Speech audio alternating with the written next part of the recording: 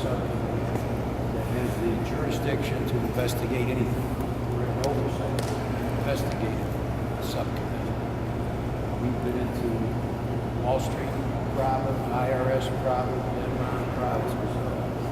We've had some pretty famous hearings on the financial collapse. We're having more hearings coming up. A lot of hearings on tax avoidance or tax evasion, where people avoid paying taxes by moving their revenues offshore, so to say, Bahamas or to the islands in the Caribbean. They won't have to pay taxes. We have just recently had a hearing where some of our biggest companies came before us and tried to justify shipping their intellectual property, their patents and their copyrights to wholly owned companies in the Bahamas or other tax havens where they don't pay taxes.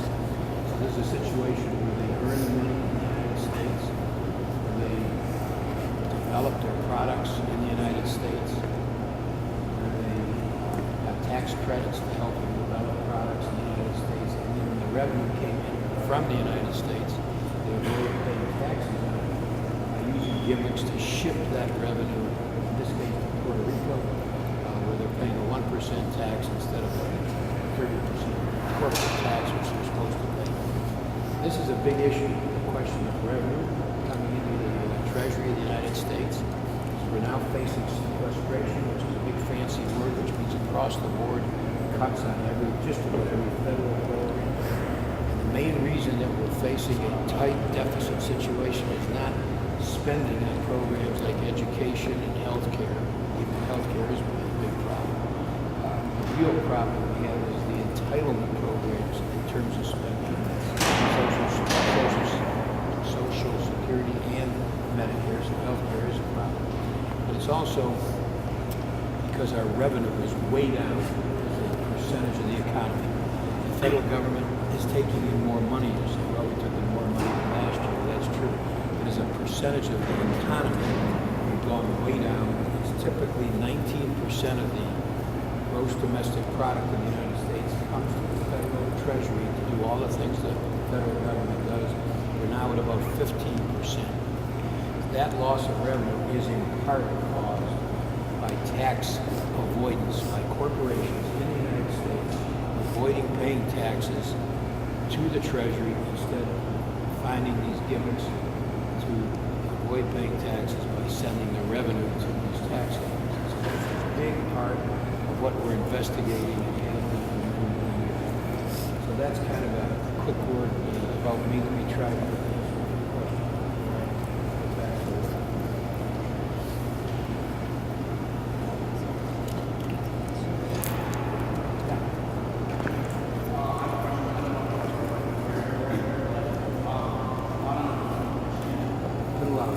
Unemployment in Michigan. Is there any plan yet to hold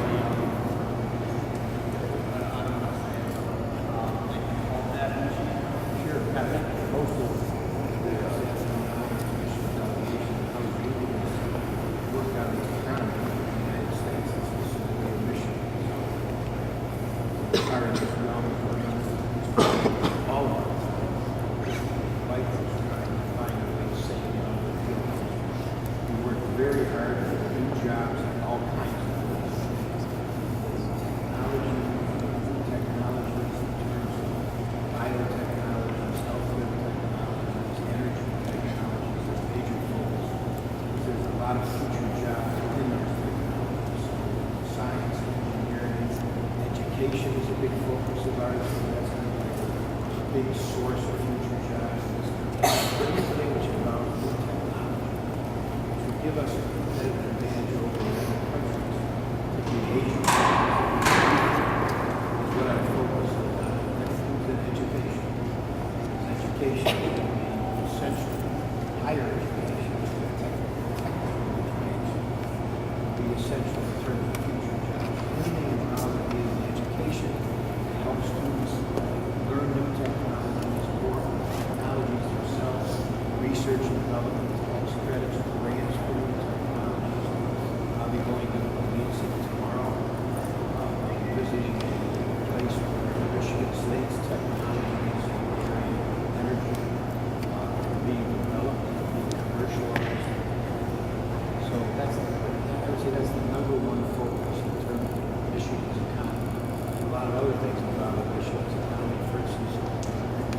Great Lakes water level way down. What does that have to do with our economy?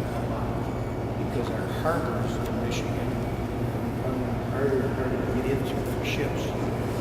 So dredging of our harbors is important. With the water level down, you've got to do more dredging. Our dredging is down. Money for dredging, federal harbors, most of our harbors in Michigan are federal harbors. The dredging funding is down. So, this may sound like a big distant thing. What's administration? What's federal programs? What differences it make in the area of education? Of course, it makes a huge difference directly to you.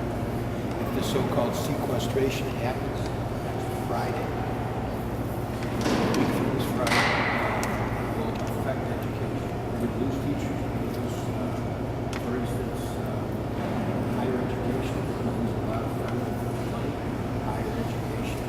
And the effects of these across-the-board cuts are going to be significant. They may be gradual in some areas, but they will be significant. That all involves jobs, education, people's jobs. Yeah, go on. You brought up education. I know a lot of people are debate on standardized tests. And we had Congress about it. What are Are you mocking Congress again? Everybody mocks. what are your views on standardized testing? That's sort of a state issue. It's not a federal issue, except that we have, in one of our education laws, encouraged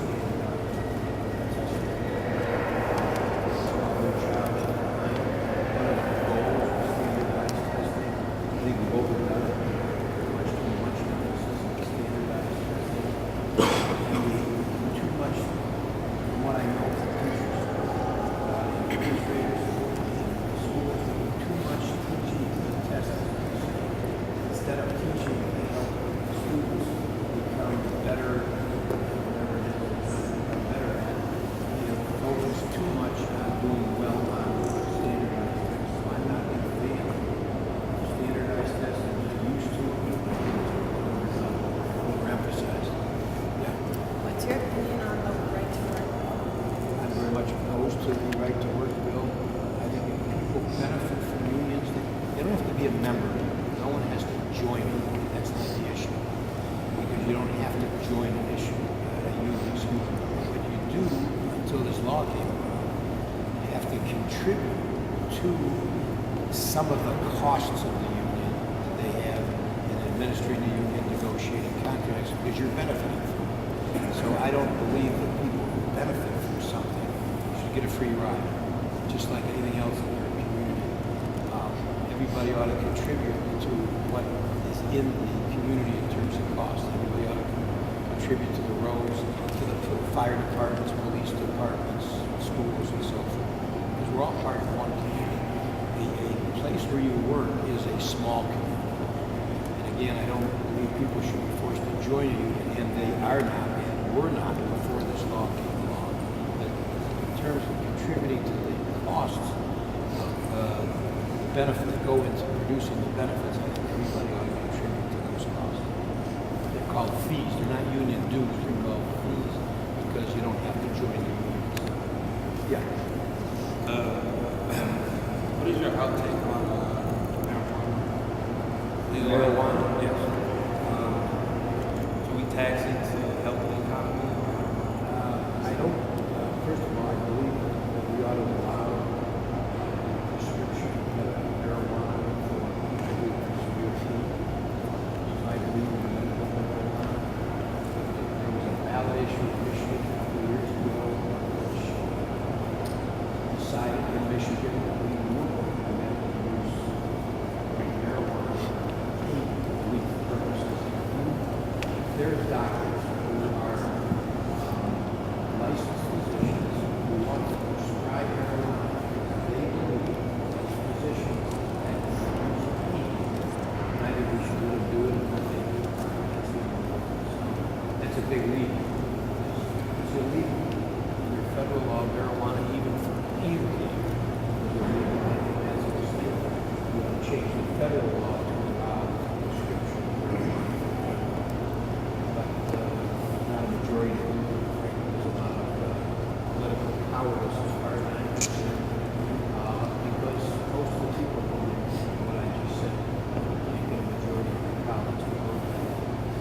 terms of other use, I think we ought to tax it. Whatever use, will not take possession of it. And we got too many people in prison because these drug offenses, which providing they involve small uses, decisions by people, particularly with marijuana, I would not make it a criminal act. In the minor, this is not a area. Just think of overdone it, widely, people out smoking, widely. A lot of over drink a lot, and all do I drink wine? Yes. So I don't know. Smoking, I don't know. I've never smoked. Some of you probably know what I'm talking about. But basically, what we've got to find a way to take the money out of the sale of it, the mass sale of it, as long as it's illegal.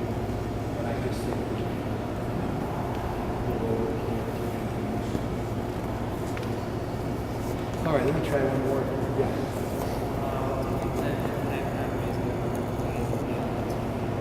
Let's do it for teenagers.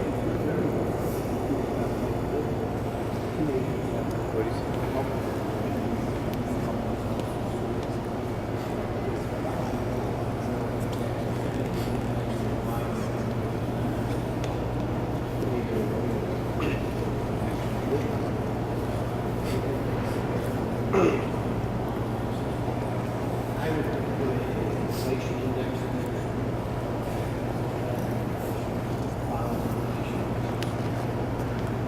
Raise it, and then not have to go through this big battle and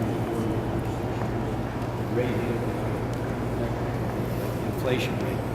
Okay, I'm gonna have to run along. Well, we got one more thing. No, we got two of those. What's your opinion on guns? Depends on the law. You ask me, I believe we ought to ban semi-automatic weapons and one-purpose assault weapons. I've never known a hunter with a semi-automatic over here. They can hunt.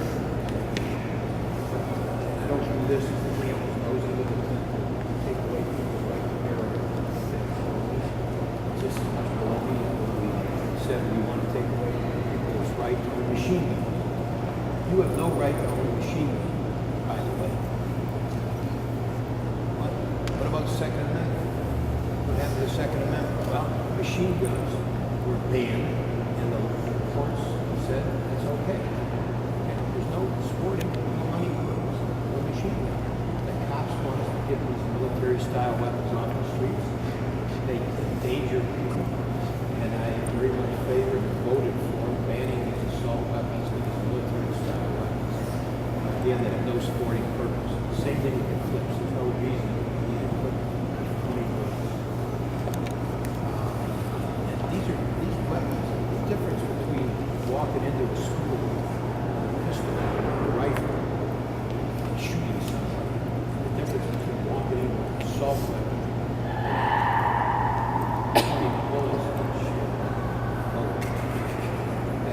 the difference is a lot of lives, a lot of kids' lives were lost because we did not ban the assault weapons, which killed a lot of kids in recent years.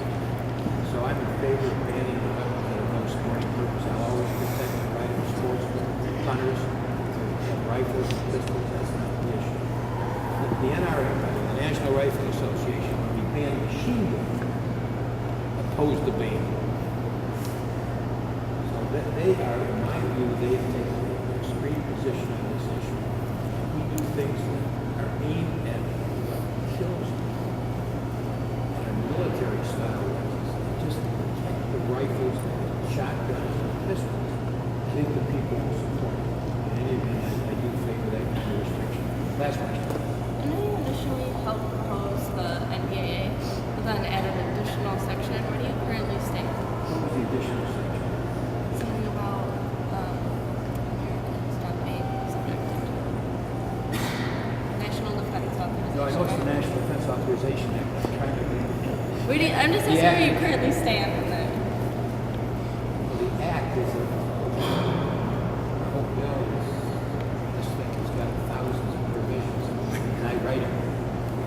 very much in favor. Passed on a totally bipartisan basis unanimously. We passed the National Defense Authorization Act for actually the same number of years that I was married. So every year for 51 years, we have passed the NDAA, which is the act which authorizes all the things that I talked about for the military. So I'm not sure what it is you're referring to. You say, do I favor the NDAA? The answer is very much so. I'm the chairman of the committee that produces it, not passed. So I don't know if that answers your question. Okay. All right. Thanks, everybody. Good being with you. Thank you.